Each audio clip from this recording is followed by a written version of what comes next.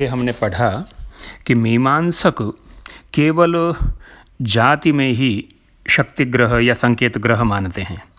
संकेतितश्चतुर्भेदो जात्यादिर जातिरेव वा। तो जातिरेव वा यानी केवल जाति ही संकेत का स्थान है, केवल जाति में ही संकेत होता है। यानी किसी शब्द से जो संकेत होता है वह उस शब्द की जाति की ओर होता है। यह जो कहा गया था यह मत मीमांसकों का है। तो केवल जाति में ही शक्ति मानने वाले मीमांसक मत का, मीमांसकों के मत का जरा विवेचन करते हैं। संकेतितश्चतुर्भेदो जात्यादिर जातिरेव वा, जैसा कि अभी मैंने बताया, इस कारिकांश में संकेतित अर्थ के विषय में दो मतों का प्रतिपादन किया गया था। एक तो जात्यादि ही यानी जाति, गुण, क्रिया और यदृच्छा, इन चारों में संकेत स्थान होता है, चारों में संकेत ग्रह होता है। एक मत यह और दूसरा मत यह था कि जातिरेव वा यानी केवल जाति में ही संकेत होता है। इनमें से जात्यादि ही यह पक्ष वैयाकरणों का है, यह हमने पीछे देखा। और वैयाकरणों के साथ साथ वैयाकरणों के अनुगामी जो अलंकार शास्त्री हैं, अलंकार शास्त्र के आचार्य हैं, उनका भी यही मत प्रतीत होता है कि जाति आदि चार में संकेत होता है।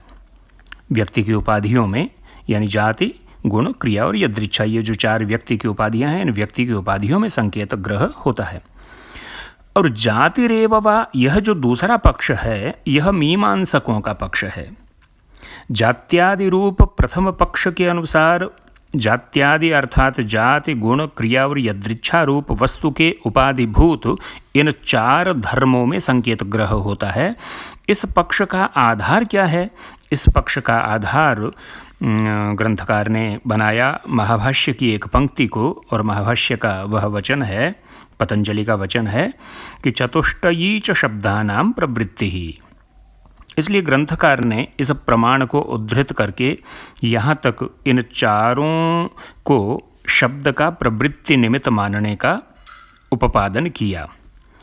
अब जातिरेव वा यह जो मीमांसकों का मत है, दूसरा पक्ष रह जाता है, उसका उपादान करने का प्रयास हम करते हैं। मीमांसकों का सिद्धांत यह है कि जाति आदि चारों के स्थान पर केवल जाति में ही शब्द की शक्ति या संकेत ग्रह होता है। अर्थात केवल जाति को ही शब्द का प्रवृत्ति निमित्त मानना उचित है। जाति शब्दों के समान गुण, क्रिया तथा यदृच्छा शब्दों में भी जाति में ही संकेत ग्रह मानना चाहिए। अब जाति क्या है? अनुगत अर्थात एकाकार की प्रतीति के कारण को जाति कहा जाता है या सामान्य कहा जाता है। गुण, क्रिया और यदृच्छा शब्दों में भी जाति का अनुसंधान किया जा सकता है, जाति की संगति बैठाई जा सकती है, उसको भी जाति माना जा सकता है।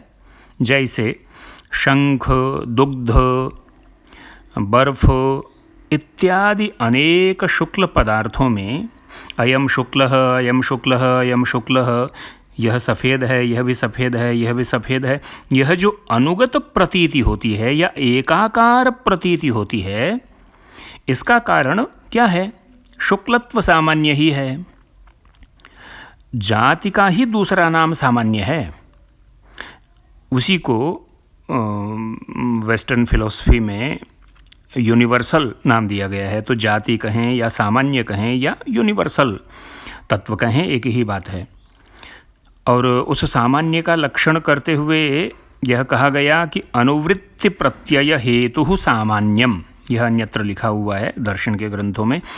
अनुवृत्ति प्रत्यय हेतु सामान्यम यानी अनुवृत्ति के प्रत्यय का जो हेतु है वही सामान्य है। अनुगत एकाकार की प्रतीति का जो हेतु है वह सामान्य कहलाता है।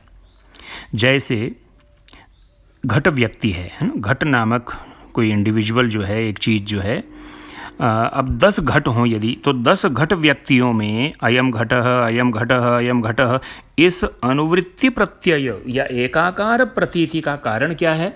वह घटत्व सामान्य माना गया।